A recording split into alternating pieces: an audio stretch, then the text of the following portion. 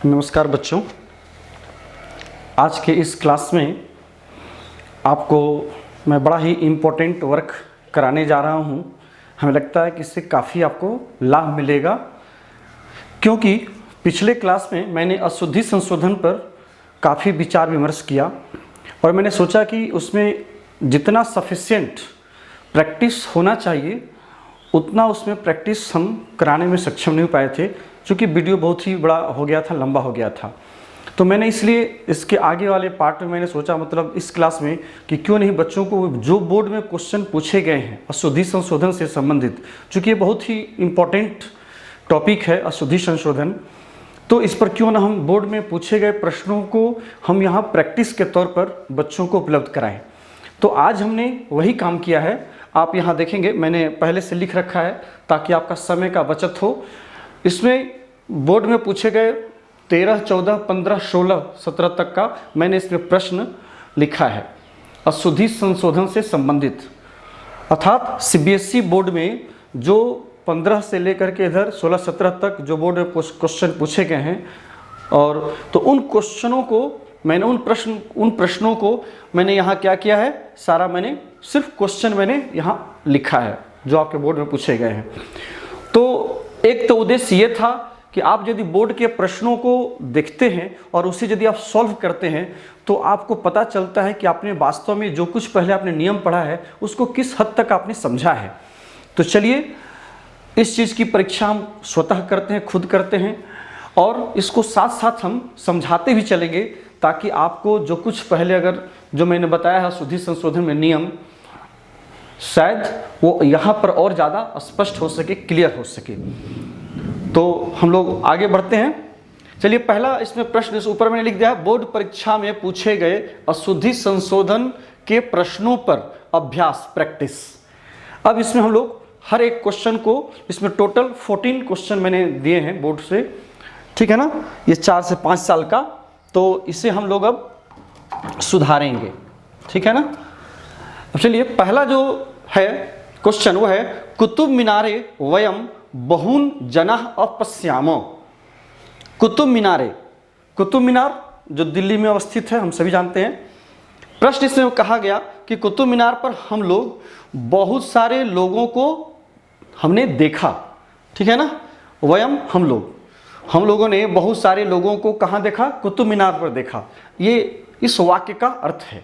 अब यहाँ देखिए अंडरलाइन किया गया है जनाह को, जो कि आप देखेंगे थोड़ा सा रेड कलर में, ऑरेंज कलर में अंडरलाइन किया गया है सभी को। जो जो अशुद्ध पद है उसको हर जगह मैंने थोड़ा डिफरेंट कलर से मैंने अंडरलाइन किया है ताकि आपको पता चल सके। तो यहाँ पर जो देखिएगा कि कुतुब मीनार वयम बहून दिया हुआ है, बहुत, यहाँ पर बहुन जो इसका जो विशेषण है वो द्वितीया के बहुवचन में है, ठीक है ना। बहु का रूप है और द्वितीया के बहुवचन पुल्लिंग में बहुन होता है, मतलब बहुत सारे लोगों को हमने देखा। तो इसके अनुसार इसका जो विशेष्य होगा, जो जनाह दिया गया है, तो जनाह में क्या है? प्रथमा का बहुवचन है, जो कि मैंने आपको शुरू में उस वीडियो में, आप मेरा यदि पिछला वीडियो आपने देखा होगा तो मैंने उसमें समझाया था कि किस तरह से विशेषण और विशेष्य के संबंधों को हमें ध्यान में रखना चाहिए दिए गए वाक्य में। तो यहाँ जनाह को अंडरलाइन किया गया है, तो हम क्या करेंगे फिर? बहुन के अनुसार यहाँ पर जनाह को शुद्ध क्या करेंगे? जनाह को जनान करेंगे, ठीक है ना। जनान मतलब बहुन जनान, बहुत सारे लोगों को। इसमें द्वितीया का बहुवचन है तो इसलिए जनाह में प्रथमा बहुवचन है, तो इसे भी हम क्या करेंगे? द्वितीया के बहुवचन में लेकर के चले जाएंगे, तो हो जाएगा जनः जनौ जनाः, जनम जनौ जनान। जन का रूप बालक की तरह चलेगा, द्वितीया के बहुवचन हो गया जनान। आगे बढ़ते हैं। दूसरा, तेसु मतलब उनमें, मतलब जो लोग उस पर चढ़ रहे थे कुतुब मीनार पर, अनेकाः उपरि गच्छन्ति स्म, उनमें से बहुत सारे लोग ऊपर चढ़ रहे थे। ये सेकंड वाक्य का अर्थ है। तो यहां पर देखिए है तेसु अनेकाः, अनेकाः किसका विशेषण है? जनाह का। ध्यान रखें, यहां पर जो अनेकाः है एक तरह से ये गद्य के रूप में, पिछली बार जो बोर्ड में जो क्वेश्चन पूछा था, आप यदि उन प्रश्न पत्रों को देखें, हमें लगता है कि 15 या 16 में पूछा था इस प्रश्न को, तो वहां पर क्या किया था? गद्य में एक तरह से दे दिया था। इसका विशेष्य कहीं है, उसका विशेषण यहां लिया गया था। तो तेसु मतलब उनमें, अनेकाः अनेक जो है ऊपर की ओर जा रहे थे। अनेक कौन? जनाह। ये जनाह का विशेषण अनेकाः है। तो ध्यान रखें, अनेकाह जो सर्वनाम है, चूंकि अनेक का शब्द रूप है, सह तौते की तरह अनेक अनेको अनेके चलता है, तो पुल्लिंग में अनेके होता है बहुवचन में, जबकि स्त्रीलिंग में सा ते ताह, अनेका अनेके अनेकाह इस तरह से चलता है। तो यहाँ पर चूंकि जनाह का विशेषण है, जनाह शब्द पुल्लिंग बहुवचन में है, तो इससे भी हमें क्या करना चाहिए, पुल्लिंग के बहुवचन में लेकर के चला जाना चाहिए। तो क्या हो जाएगा, अनेके जनाह, अनेके हो जाएगा, अनेकाह नहीं होकर के क्या हो जाएगा, अनेके। ठीक है, सबका मैं आंसर उसके सामने मैंने जगह छोड़ के रखा है, आप सभी के आंसर को मैंने इसलिए डिफरेंट कलर में मैं लिख रहा हूं ताकि आपको पता चल सके। तो अनेकाह के जगह पर हो जाएगा क्या, अनेके हो जाएगा। ठीक है, चूंकि अनेकाह जो है जनाह का विशेषण है, जनाह शब्द पुल्लिंग के बहुवचन में है, इसलिए अनेकाह स्त्रीलिंग के बहुवचन में है, तो इससे भी आपको क्या करना चाहिए, पुल्लिंग के बहुवचन में लेकर के जाना चाहिए। तो अनेकः अनेकौ अनेके होता है, जैसे सह तौ ते होता है। अगला नेक्स्ट तीसरा देखिए, वयम वृक्षस्य अधः भोजनम अकुर्वन्। यहाँ पर कर्ता और क्रिया का जो संबंध है वो गड़बड़ है। आप यदि ध्यान से देखें तो कर्ता है वयम, कर्ता क्या है यहाँ पर, वयम है। ठीक है ना, वयम वृक्षस्य अधः, हम लोग वृक्ष के नीचे भोजन किए। ठीक है ना, तो ये अकुर्वन् जो है क्रि धातु का रूप है और लंग लकार में है। तो क्रि धातु का रूप जब आप लंग लकार में चलाते हैं तो अकरोत अकुरुताम अकुर्वन्, बहुवचन में प्रथमा के बहुवचन मतलब प्रथम पुरुष के बहुवचन में जो है लंग लकार में अकुर्वन् होता है। तो यहाँ प्रथम पुरुष के बहुवचन का रूप लंग लकार में अकुर्वन् दिया गया है, क्रि धातु का रूप मतलब करना, करने के अर्थ में, तो किया।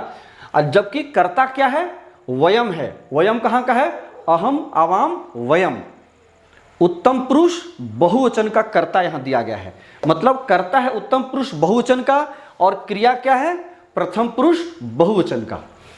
दोनों में कोई तालमेल नहीं है, मतलब अंडरलाइन किसको किया गया है, अकुर्वन् को किया गया है। तो इसके अनुसार मतलब वयम के अनुसार अकुर्वन् को आपको ठीक करना है, मतलब कर्ता के अनुसार। तो वयम है उत्तम पुरुष बहुवचन, अहम आवाम वयम। तो इसी प्रकार से क्रि धातु का जब आप पुरुष चलाएंगे और उत्तम पुरुष के बहुवचन में जाएंगे तो क्या हो जाएगा, अकुर्वम अकुर्व अकुर्म। तो यहां हो जाएगा अकुर्म। ठीक है, अकुर्म, अकरोत अकुरताम अकुर्वन, अकरोह अकुरतम अकुरत, अकुर्वम अकुर्व अकुर्म। तो यहां पर उत्तम पुरुष के बहुवचन में हो जाएगा अकुर्म। अब चले आइए नेक्स्ट फोर्थ, माम कुतुब मीनार अतीव रोचते। कहता मुझे कुतुब मीनार बड़ा ही अच्छा लगता है। रोचते रुच धातु है, अच्छा लगने के अर्थ में, रुच मतलब अच्छा लगना। और ये भी पता होना चाहिए कि यहाँ पर कारक से ये क्वेश्चन दिया गया है, जो उपपद विभक्ति है। तो रुच धातु के योग में हमेशा ही चतुर्थी विभक्ति लगती है। कहने का मतलब है कि जिसे जो चीज़ अच्छा लगे, जैसे बालक को मिठाई अच्छी लगती है तो बालकाय मिष्टानम रोचते, तो जिसे अच्छी लगी उसमें चतुर्थी होनी चाहिए। तो यहाँ भी क्या है, किसे अच्छा लग रहा है, मुझको। तो अस्मद का यहाँ पर द्वितीया दिया गया है, जबकि रोचते रुच धातु जो है कहता है कि रुच धातु के योग में सदा ही चतुर्थी विभक्ति होनी चाहिए। रुच्यर्थानाम प्रियमाणः, ये सूत्र ही है। तो इसलिए यहाँ पर माम नहीं होकर के, चूंकि अंडरलाइन किया गया है माम को, तो माम की जगह पर क्या हो जाएगा, मह्यम हो जाएगा। ठीक है, माम की जगह पर हो जाएगा मह्यम। ठीक है, ये माम की जगह पर मह्यम हो जाएगा, यहां ध्यान दीजिए, है ना। तो माम की जगह पर मह्यम हो जाएगा। क्यों मह्यम हुआ, अस्मद के चतुर्थी एक वचन में मह्यम रूप होता है। अहम अवाम वयम, माम अवाम अस्मान, मया अवाभ्याम अस्माभिः, मह्यम अवाभ्याम अस्मभ्यम। तो यहां जो है मह्यम होगा। और चूंकि माम जो है द्वितीया के एक वचन में है, इसलिए मह्यम को भी हम चतुर्थी के एक वचन में रखेंगे।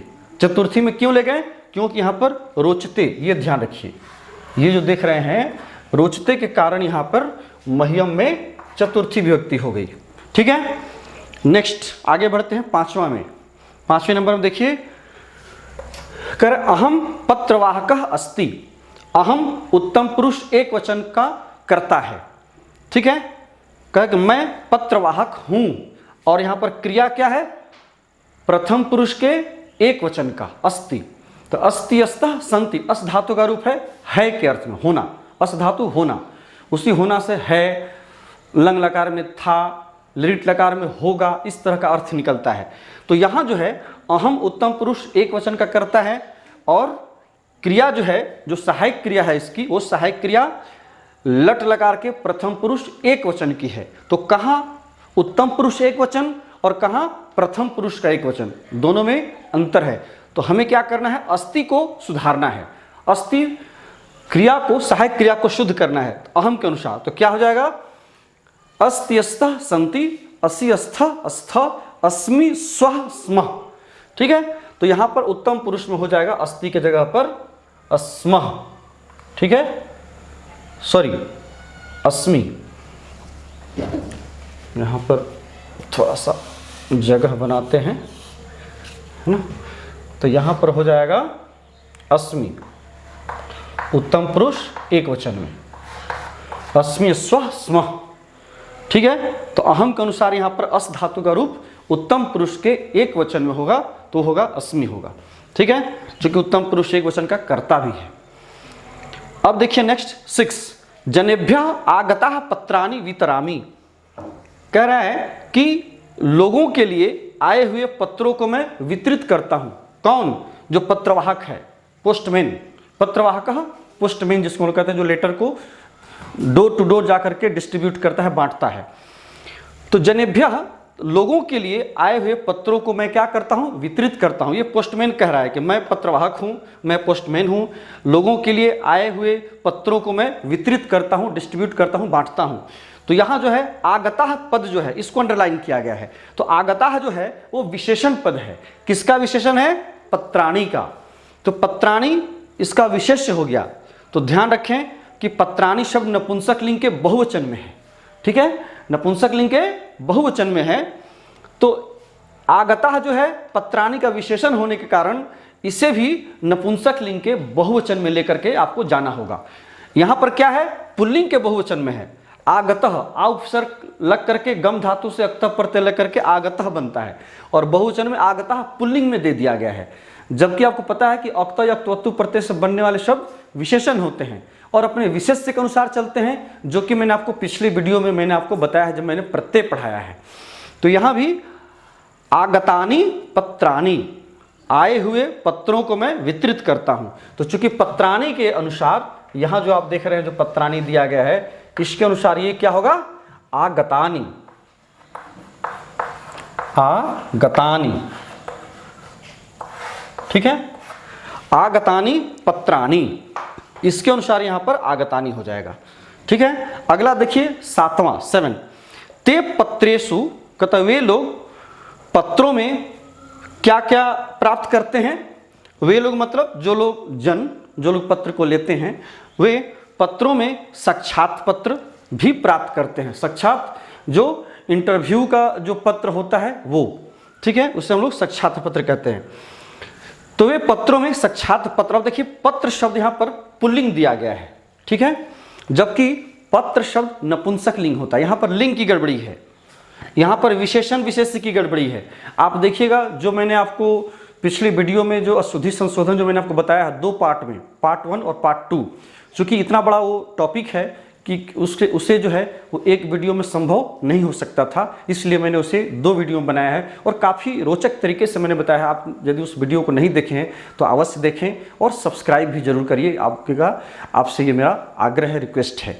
ठीक है, तो आगता पत्राणित, आए हुए पत्रों को, तो यहाँ पर पत्राणी का विशेषण आगता था। तो यहाँ पर क्या है कि पत्र शब्द है, पत्र शब्द नपुंसक लिंग होता है। हम यहाँ चर्चा कर रहे थे साक्षात पत्र का, तो साक्षात को हटा दीजिए, थोड़ा देर के लिए पत्र ही मान लीजिए। तो पत्रम पत्रे पत्राणि, पत्रम शब्द नपुंसक लिंग है, चाहे वो लेटर वाला पत्र हो या पेड़ से गिरने वाला पत्ता हो, है ना, वो भी जो है, जो पेड़ का जो पत्ता होता है उसे भी पत्रम कहते हैं। पत्रम, पात्रम, ये सभी के सभी जो शब्द हैं ये सब नपुंसक लिंग में प्रयुक्त होते हैं। तो यहाँ जो है पत्राणि का ये पत्र शब्द जो एक वचन में दिया गया है, इसे हमें क्या करना है, नपुंसक लिंग लेकर के चले जाना है। तो हो जाएगा साक्षात पत्रम, साक्षात हालांकि यहाँ पर देखिए तो साक्षात पत्र एक वचन में दिया है, तो साक्षात पत्रम हम कर सकते हैं, लेकिन ज़्यादा अच्छा रहेगा कि आप साक्षात पत्राणी कर दें, चूँकि बहुवचन सभी का सभी जो है इसमें बहुवचन है। वे लोग पत्रों में साक्षात पत्रों को भी प्राप्त करते हैं। तो साक्षात पत्राणी, साक्षात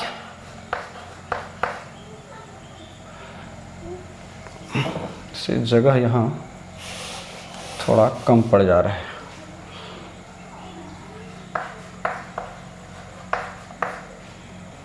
साक्षात पत्राणी, ठीक है। यद्यपि आप इसके अनुसार देखें तो यहाँ पत्रम होना चाहिए, लेकिन चूंकि बोर्ड में अब दिया गया प्रश्न है उसको हमने कोई बदलाव नहीं किया है, ज्यों कहते हैं मैंने रख दिया है, ठीक है ना। कुछ जहाँ लगा कि कोई ऐसा शब्द है जो वहाँ पर उपयुक्त नहीं है उसको मैंने हटा दिया, लेकिन जो मुख्य जो आपका जो शब्द है वो वहाँ पर है। तो ते पत्रेषु साक्षात पत्र, तो साक्षात पत्राणी अपि प्राप्नुवन्ति। तो चूंकि पत्रम शब्द नपुंसक लिंग है इसलिए पत्रम पत्रे पत्राणी। आप यदि यहाँ पर पत्रम भी लिख देंगे तो भी गलत नहीं होगा। चलिए ठीक है। नेक्स्ट 8वां देखिए, अहम स्वकर्मम निष्ठया करोमि। मैं अपने कर्म को निष्ठा से करता हूँ, ईमानदारी से करता हूँ, ठीक है। यहाँ पर देखिएगा एक शब्द आया है कर्मम, है ना। कर्मम नहीं होता है। कर्मम जो आप शब्द देख रहे हैं वास्तव में ये मूल शब्द कर्मन है। ये देखिए मूल शब्द है कर्मन, न हलंत। ये शब्द नपुंसक लिंग होता है। कर्म कर्मणि कर्माणि, कर्म कर्मणि कर्माणि, न हलंत शब्द है नपुंसक लिंग। तो इसका रूप कभी भी बालक की तरह हम नहीं चला सकते। ये नहीं कर्मः कर्मो कर्माः इस तरह से चला दें, वो गलत होगा। तो सही क्या होगा, कर्म कर्मणि कर्माणि। मैंने आपको शुरू में कहा था कि शब्द रूप और धातु रूपों को आपको याद रखना जरूरी है, क्योंकि अशुद्धि संशोधन एक ऐसा टॉपिक है जिसमें व्याकरण का लगभग सभी विभागों को, सभी अंगों को टच करना पड़ता है, तभी आप अशुद्धि संशोधन ठीक से बना सकते हैं। तो यहाँ भी देखिए शब्द रूप के यहाँ पर जरूरत आपका पड़ रहा है। यदि आपको शब्द रूप, कर्मन का शब्द रूप याद नहीं है तो आप यहाँ पर सही रूप नहीं बना सकते हैं। तो स्व कर्म, तो कर्मम नहीं होता। जैसे हिंदी में हम लोग कर्म शब्द प्रयोग करते हैं उसी प्रकार से यहाँ भी सिर्फ आपको क्या कर देना है, स्व कर्म, कर्म का कर्म, ठीक है। मेन यही शब्द है। तो स्व कर्म, मैं अपने कर्म को निष्ठा से करता हूँ। तो कर्मम नहीं हुआ। कर्मम तो ये विद्यार्थी को एक तरह से भटकाया गया है, किसको जो है बालक की तरह रूप चला दिया गया। कर्म का जो रूप है वो बालक की तरह जबरदस्ती चला दिया गया है, जबकि वो बालक शब्द पुल्लिंग होता है और कर्म शब्द नपुंसक लिंग होता है संस्कृत में। तो इसलिए कर्मम नहीं होकर सिर्फ क्या हो जाएगा, सिर्फ कर्म हो जाएगा, ठीक है। अब देखिए नेक्स्ट 9th में, सा बालिकाः क्रीडन्ति। सा स्त्रीलिंग शब्द है, तत्का वह बालिकाः क्रीडन्ति। अब देखिए बालिका जो है ये विशेष्य पद है और इसका विशेषण है सा, सर्वनामिक विशेषण सा है। तो बालिका का विशेषण सा है, तो बालिका तो बहुवचन में है, जबकि इसका जो विशेषण है वो प्रथमा के एक वचन में है। तो इसे भी हमें क्या करना चाहिए, बालिका की तरह इसे भी हमें बहुवचन में लेकर के चला जाना चाहिए, तब ये सा में रूप जो होगा वो ठीक होगा। तो सा के लिए फिर क्या हमें करना चाहिए, सा ते ताह, है ना, सा ते ताह। क्योंकि बालिका देखिए बहुवचन में है, प्रथमा के बहुवचन में बालिका का रूप लता की तरह, लता लते लता, तो बालिका बालिके बालिकाः, तो बहुवचन में है इसलिए इसका विशेषण भी बहुवचन में होगा। विशेषण विशेष्य की गड़बड़ी यहाँ भी है। अगला देखते हैं 10 नंबर, मम समीपे 12 पुस्तकाः सन्ति। मेरे समीप 12 पुस्तक हैं। तो पुस्तक शब्द नपुंसक लिंग है, फलम फले फलानी की तरह पुस्तकम पुस्तके पुस्तकानी, इस तरह स्वरूप चलता है। तो चूंकि 12 खुद ही बहुवचनांत हो गया, 12 एक तो है नहीं या 2 तो है नहीं, 2 से अधिक है, तो इसे भी हम क्या करेंगे, बहुवचन में लेकर के चले जाएंगे, ठीक है। और जब बहुवचन में लेकर के जाएंगे तो यहाँ पर देखिए पुस्तक को एक तो लिंग भी इसका गड़बड़ किया है, जेंडर जो है पुल्लिंग दिखा रहा है और वो भी एक वचन में दिखा रहा है। तो यहाँ पर 2 चीज़ों को आपको सुधारना है, एक तो इसके लिंग को सुधारना है, तो यदि पुस्तका है तो पुस्तकम हो जाएगा, और दूसरा चूंकि 12 कह रहा है तो इसको बहुवचन में लेकर के आपको जाना पड़ेगा, तो पुस्तकम पुस्तके पुस्तकानी। तो यहाँ पर वचन और लिंग एक ही शब्द में दोनों दिया गया है, तो दोनों को आपको ठीक करना जरूरी है, तभी ये वाक्य आपका सही होगा। तो यहां हो जाएगा पुस्तकानि। पुस्तकम शब्द नपुंसकलिंग है, फलम की तरह इसका रूप चलता है, फलम फले फलानी, तो पुस्तकम पुस्तके पुस्तकानि। चलिए अब ये पार्ट जो है आपका कंप्लीट हो गया। इसमें से चूंकि जगह कम था इसलिए मैंने इसको साइड में यहाँ से 11, 12, 13, 14 और 4 उदाहरण मैंने बगल में लिखा है, ताकि मेरा ये प्रयास था कि इस छोटे से वीडियो में मैं मैक्सिमम उदाहरण आपको दे करके जो मैंने पीछे बताया है उसका एक बार मैं आपको बढ़िया से अच्छी तरह से रिवीजन करा दूँ। ठीक है, अब मैं इसे हटाऊंगा, तो आप यदि चाहें तो इसका स्क्रीनशॉट ले लें, ताकि इसे समझाने के लिए मुझे जगह चाहिए, तो आप इसका स्क्रीनशॉट ले सकते हैं। चलो ठीक है, अब हम इस जगह को खाली करते हैं। ठीक है, सिर्फ इसी जगह को खाली करते हैं ताकि इसके बगल वाले को हम यहाँ पर लिख सकें।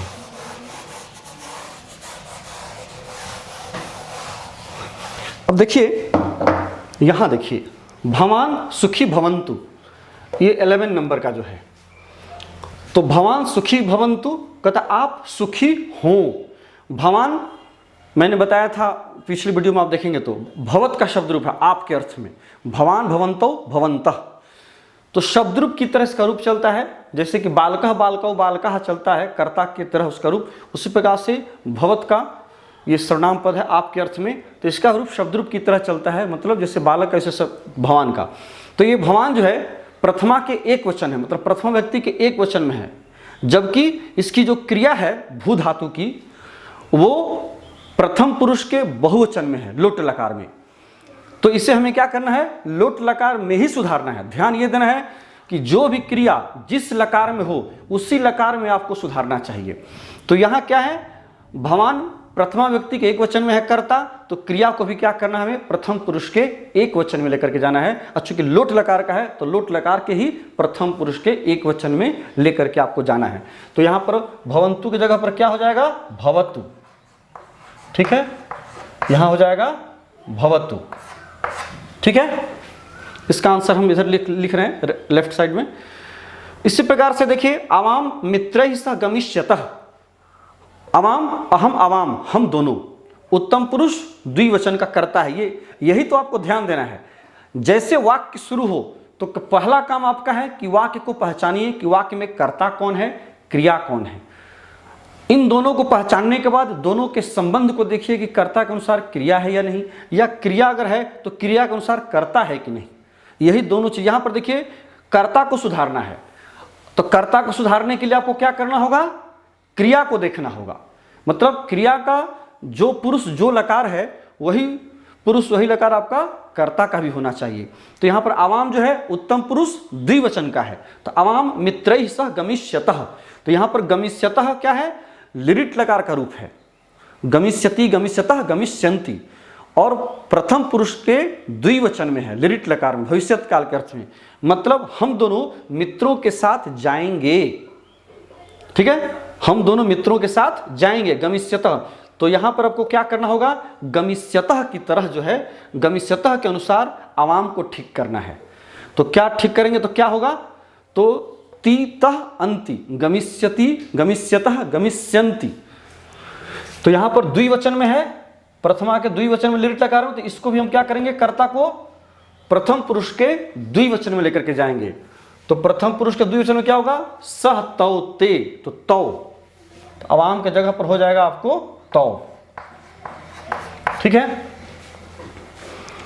सह तौ ते त्वम युवाम यूयम अहम आवाम वयम। तो यहां पर आपको पुरुष और वचन के अनुसार कर्ता को भी पुरुष और वचन के अनुसार आप लेकर के आएंगे। तो एक वचन में सह होता है, द्विवचन में तौ होता है। तो जब कर्ता तौ होता है तब क्रिया जो है तह होती है। जैसे तौ पठतः, तौ पठिष्यतः, तौ खादिष्यतः, सह खादिष्यति, ते खादिष्यन्ति, तो इस तरह से। तो यहाँ पर गमिष्यतः द्विवचन में है, इसीलिए यहाँ पर तौ भी द्विवचन में होगा और प्रथम पुरुष के द्विवचन में होगा। चलिए नेक्स्ट 13 देखते हैं, 13वां नंबर। जनाः ह्यः आपनम गमिष्यन्ति, जनाः लोग जो है कल दुकान जाएंगे, ये यहाँ पर गलत किया है, चूंकि यहाँ पर देखिएगा तो यह अव्यय दिया गया है, जो कि मैंने पहले बताया था जब मैं आपको शुद्धि संशोधन, जब आप मेरा वीडियो देखे होंगे पिछला वीडियो, तो उसमें मैंने यह और स्वह दोनों अव्यय की चर्चा मैंने किया था। तो जब यह है, यह मतलब यस्टरडे, बीता हुआ कल, तो जो घटना बीते हुए कल में हुई है मतलब वो पास्ट टेंस में चली गई। तो जो अब पास्ट टेंस में वाक्य जा रहा है तो उसकी क्रिया को भी हमारी मजबूरी है कि उसको हम किस लकार में रखें, लंग लकार में रखें, पास्ट टेंस वाले लकार में रखेंगे भूतकाल के अर्थ में। तो यहाँ पर हम क्रिया किस में है, भविष्यत काल में है। देखिए गमिष्यन्ति, गमिष्यति, गमिष्यतः, गमिष्यन्ति, गम धातु का रूप है, लिरिट लकार में है और बहुवचन में है। अब यहाँ क्या करना है आपको, लकार सब कुछ वही रहेगा, सॉरी वचन और जो इसका पुरुष है सेम वही रहेगा, ठीक है, सिर्फ इसका लकार चेंज होगा। लकार क्यों चेंज होगा, क्योंकि यहाँ पर यह लगा है और यह इस बात को बताता है कि जिस वाक्य में यह लगा हो उसकी जो क्रिया है वो सदा ही भूतकाल में होती है, लंग लकार वाले रूप में होती है। और जैसे कर्ता है तो कर्ता के अनुसार क्रिया को उसी विभक्ति को उसी वचन में लेकर के चले जाएंगे। तो अब चलिए यहाँ पर क्या हो जाएगा सही, तो गमिष्यन्ति की जगह पर क्या हो जाएगा, अगच्छन्, अगच्छन्, ठीक है। अगच्छन् क्यों हुआ, क्योंकि गम धातु का रूप लंग लकार में आपको ठीक करना है, चूंकि यहां पर यह दिया है। तो अगच्छत, अगच्छताम, अगच्छन्, ठीक है, गम धातु के लंग लकार में अगच्छत, अगच्छताम, अगच्छन् रूप चलता है। और यहां भी क्या है, बहुवचन में है, तो इसको भी हम प्रथम पुरुष के बहुवचन में लेकर के चले गए, क्योंकि कर्ता देखिए जनः, जनौ, जनाः प्रथम व्यक्ति के बहुवचन में है, ठीक है। तो इस तरह से आपका 13 हो गया। 14 में आप देखिए, कहता अहम नेत्रयोः पश्यामि, ठीक है, अहम नेत्रयोः पश्यामि, मैं, नेत्र, नेत्र शब्द है नपुंसक लिंग, नेत्रम, नेत्रे, नेत्राणि होता है, नेत्र शब्द नपुंसक लिंग है। तो यहां पर क्या है, नेत्रयोः दिया है, षष्ठी के द्विवचन का रूप दिया है, जैसे बालकयोः होता है, फलयोः होता है, उसी प्रकार से नेत्रयोः हो गया। जबकि हमेशा हाथ, आंख, पैर, ये सब ऐसे शब्द हैं जो सदा ही द्विवचनांत प्रयुक्त होते हैं वाक्यों में। जैसे मैं नेत्रों से देखता हूं, मतलब मैं दोनों नेत्रों से देखता हूं, कहने का भाव ये निकलता है। तो इसलिए यहां पर क्या हो जाएगा, नेत्राभ्याम। पहली बात तो यहां पर देखिएगा विभक्ति की गड़बड़ी है। आपको मैंने जो लास्ट वाला में जो पढ़ाया था, जो आपके सिलेबस में दिया गया है क्लास 10th वाले में, कि वहां पर विभक्ति भी पढ़नी है लास्ट में, लिंग, वचन, विभक्ति, कारक इसमें। तो यहां पर क्या है, तृतीया होनी चाहिए। विभक्ति तो पहले इसमें हम तृतीया सुधारेंगे और तृतीया के एक वचन में ले जाएंगे कि द्विवचन में ले जाएंगे। तो इस बात का पता आपको नेत्र शब्द से चलता है। जब भी नेत्र शब्द रहे तो उसका हमेशा द्विवचनांत प्रयोग करना चाहिए और तृतीया के द्विवचन में। तो क्या है, मैं नेत्रों से देखता हूं, तो नेत्रों से देखता हूं मतलब दोनों नेत्रों से देखता हूं। और यहां पर क्या है, मैं दोनों नेत्रों में देखता हूं, क्योंकि इसमें षष्ठी या सप्तमी का वचन इसमें लगा है। षष्ठी और सप्तमी दोनों के द्विवचन में नेत्रयोः होता है। तो चलिए अब इसको आप ठीक करेंगे तो हो जाएगा नेत्राभ्याम, है ना, नेत्राभ्याम, ठीक है। तो इस तरह से इसका सही रूप क्या हो जाएगा, नेत्राभ्याम हो जाएगा। मैं दोनों नेत्रों से देखता हूं। नेत्रयोः षष्ठी और सप्तमी होता है, तो वहां पर अर्थ क्या निकलता है, मैं नेत्रों का देखता हूं अथवा नेत्रों में देखता हूं, है ना, ये इसका अर्थ निकलता है। मैं दोनों नेत्रों में देखता हूं अथवा दोनों नेत्रों का देखता हूं। जबकि होना चाहिए मैं दोनों नेत्रों से देखता हूं। से का मतलब देखने का माध्यम क्या है, नेत्र है। तो माध्यम के अर्थ में हम लोग हमेशा ही तृतीया विभक्ति का प्रयोग करते हैं। आपने इस सभी प्रैक्टिस सेट को आपने देखा, मुझे उम्मीद है कि काफ़ी आपको पसंद आया होगा। कितना अच्छा लगा, कितना आपके लिए लाभदायक रहा, इस बात को तो आप ही बता सकते हैं। आप अपने कमेंट के माध्यम से हमें ज़रूर सूचित करें कि इसमें अगर कुछ और आपको, क्या इसमें हम ऐड कर सकते हैं, क्या हटा सकते हैं, तो इन चीज़ों को आप ज़रूर हमें बताएं। चलिए फिर आपसे मुलाकात नेक्स्ट क्लास में होगी। तब तक के लिए हमें आज्ञा दीजिए। बहुत बहुत धन्यवाद। Thank you.